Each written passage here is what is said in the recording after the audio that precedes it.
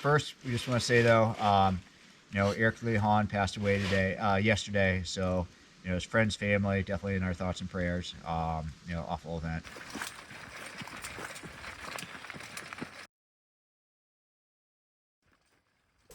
On October 15th, 22nd, and 23rd, Michael, Raymond, and I returned to Deep Lake Cave to replace the permanent guideline, begin a resurvey through the portion we'd visited so far, and bolt the canyon drop heading into Davy Jones Locker so we could continue exploration.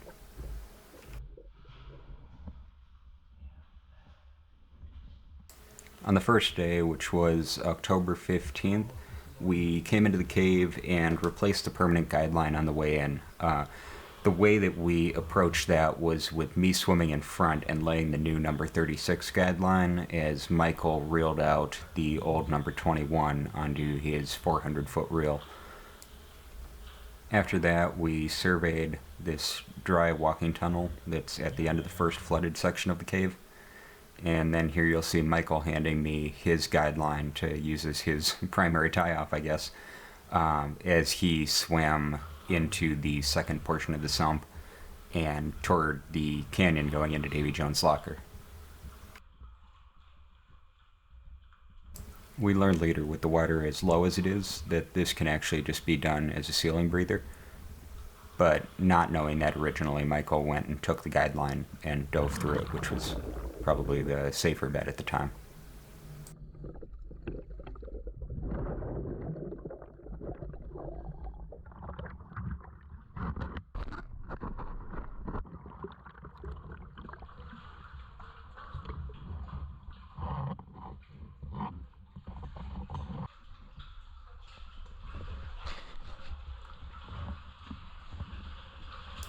At this point, Michael's entering the canyon that leads into Davy Jones Locker. You come out of the water onto this little beach, and then it goes up that mud slope.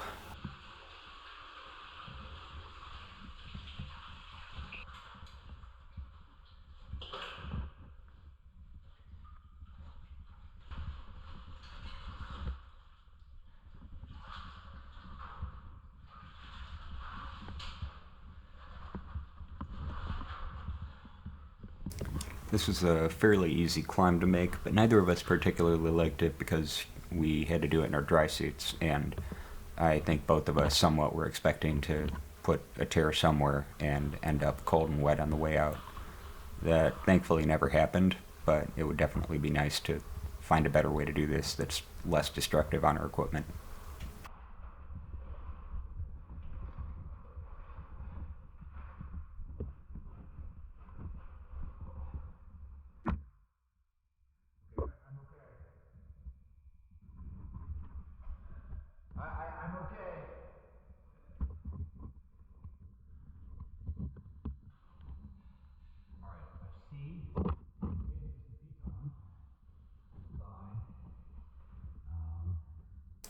In this part of the video, you can see the anchors that were put in by the previous explorers. We were told originally that those were pitons, but when we got here, looking at them closer, I'm pretty sure they're actually just bolts with hangers on them. The hangers seem to be homemade and fairly corroded at this point.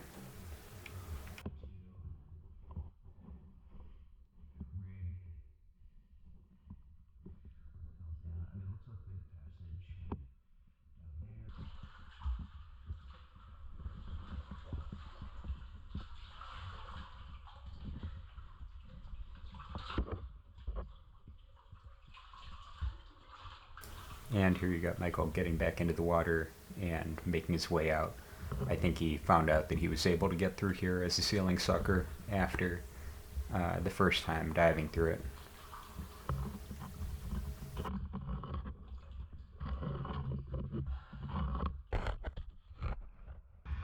So,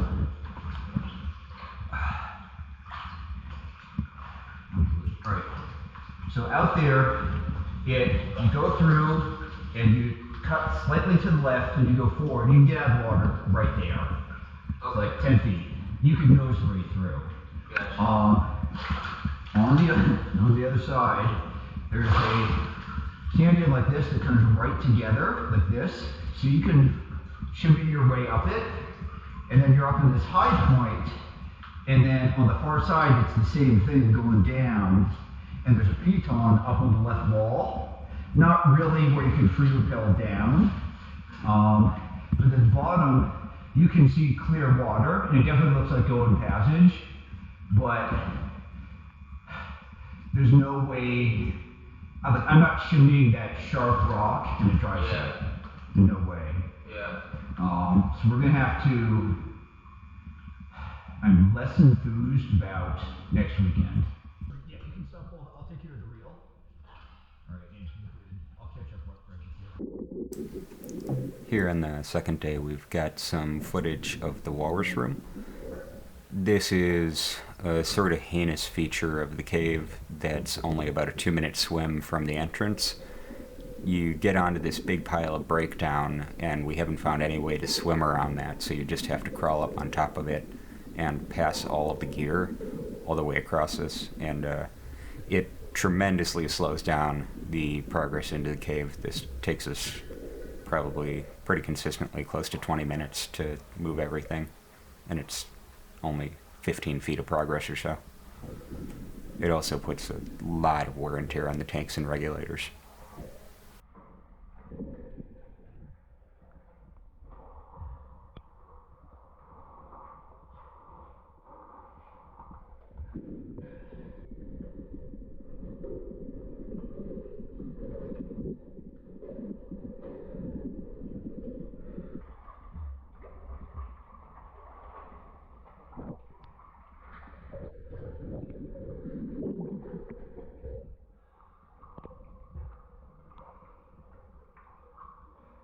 There you go, now you're good. Okay.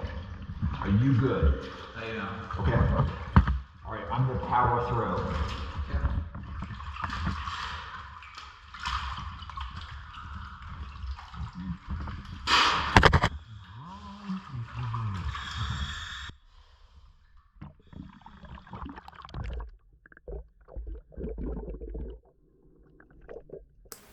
On this day, we had the best visibility we've probably ever had in this cave.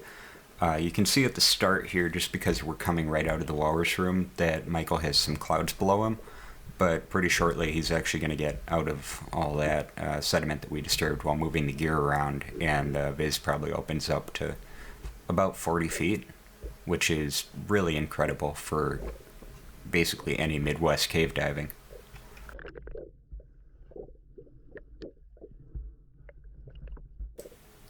You might notice at some points his hand comes into frame, and this is his helmet cam footage, but he's carrying a rope here, and I was behind him carrying a dry bag with the drill in it. Our idea was to get to Davy Jones Locker and climb up that canyon, and then replace the bolts at the top with some new stainless steel ones. Unfortunately, we got there and the dry bag system we were trying to use for the drill didn't work out, and I just ended up with a very wet rotary hammer that didn't work anymore.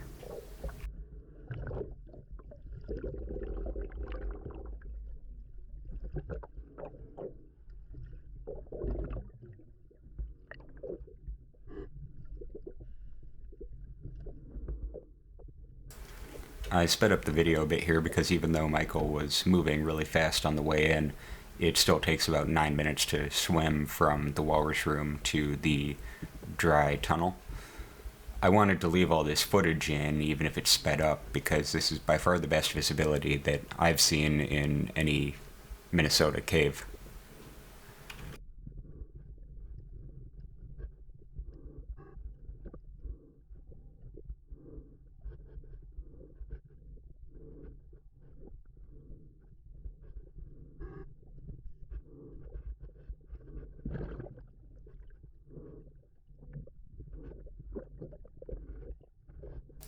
It's worth noting as well that during this dive, I didn't get to appreciate this good visibility much because the dry bag that I was trying to transport the drill in, the air in that, it had a lot more buoyancy than I had expected it to, and I had less weight stashed at the cave than I had remembered. So I wasn't able to get the dry bag anywhere near neutral. It was probably close to 10 pounds positively buoyant, which doesn't sound like that much, but trying to swim something that's 10 pounds positively buoyant down and trying not to completely silt out the cave as I was doing it was really consuming a lot of energy and slowing me down on the way in. And it was about the only thing I could focus on for most of this dive.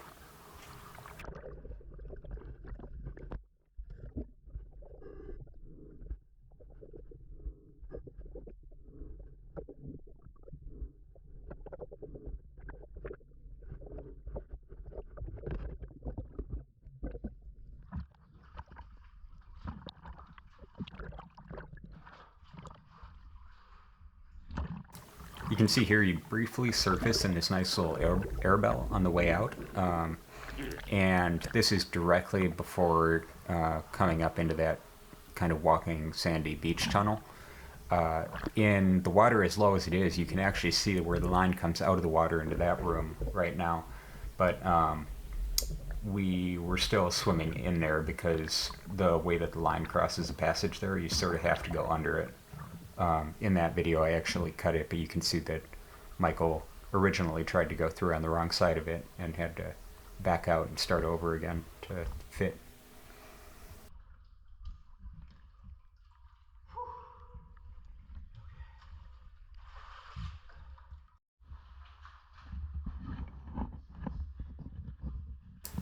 This is back in the canyon approaching Davy Jones Locker. This is me climbing up there. You just kind of have to chimney up between these walls, and it's not a hard climb. It's a lot harder to do when you're in a dry suit that's been out of the water for a bit, and all of the squeeze there combined with trying not to put holes in your suit. This climb ended up not really being productive anyway, because when I got up there we realized that the rotary hammer had flooded and wasn't going to work, but it was still nice to get there and get some video of what it looked like on the other side and to be able to inspect the existing anchors better.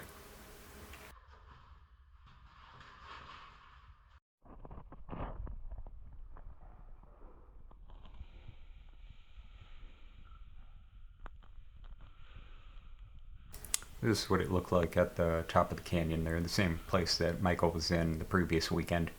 I got a little bit of a better look at those bolts and hangers that are on the wall there, and the water there is probably 6 or 10 feet below us. It's just that to get through there in a place where you can fit, that canyon kind of bells out a little bit, so you really need to rappel down into the water, and moreover you need to be able to climb a rope to get back out of the water. After we finished that and realized that we weren't going to be able to set the bolts that we wanted to, we came back out into the main tunnel, and Michael redid some of his sketching from the previous weekend that he wasn't happy with. While he did that, I attempted to walk through with my GoPro on to show what that tunnel was like, but as you can see, the housing flooded a little bit and just got completely washed out by condensation.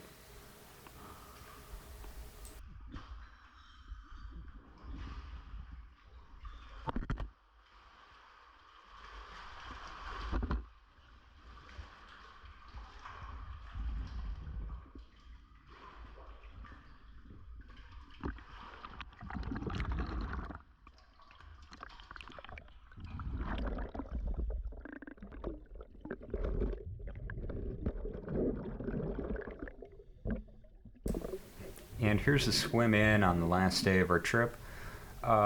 You'll really notice the visibility was a lot worse this day than it was the previous day. We're still not really sure why that was the case. There are a few places that it opens up a little bit, but it was still definitely a lot more particulate in the water, and yeah, just much worse conditions. It's still great compared to most of what we're diving up here, but it was just a little disappointing compared to how amazing it was the previous day.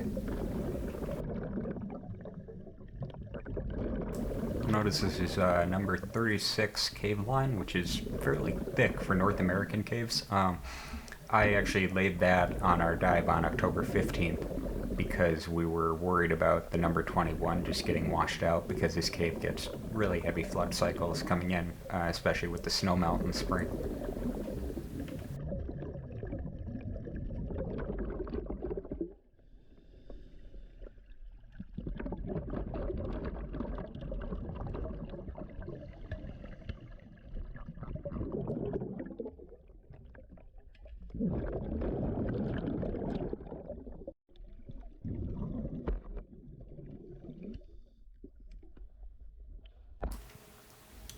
Now here you'll see when I get out of the water, the first thing I'm going to do is take this tank and turn the valve off. It's really important when you're getting out of the water in these sumps for any period of time that you leave your tanks with the valves off, because the last thing you want is to come back and find out that your reg was free flowing a little bit and you didn't hear it, and now you don't have any gas to exit the cave with. At this point, Michael swam back to the canyon over by Davy Jones Locker to check a side lead that was on the exit side of that. I had checked the same underwater lead the previous day and had only found a mud plug in it. Michael found about the same thing, but it's definitely worth continuing to look there and see if we can find a way to push through, the hope being that it'll bypass the need for the climb.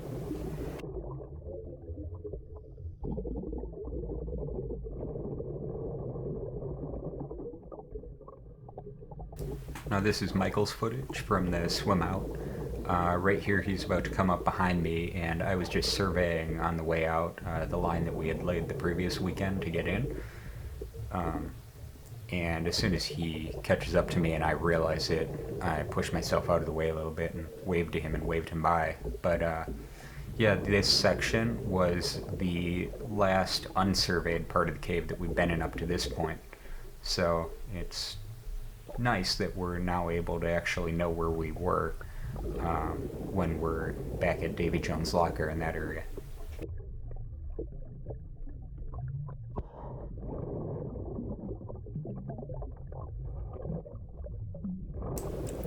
At this point, we're pretty much at the end of the trip, and all that's left is to exit the cave and then haul all the gear back out to the cars, which is about a 2-mile hike, and probably between the two of us around 150 pounds of equipment. So that's definitely a workout to finish everything off with.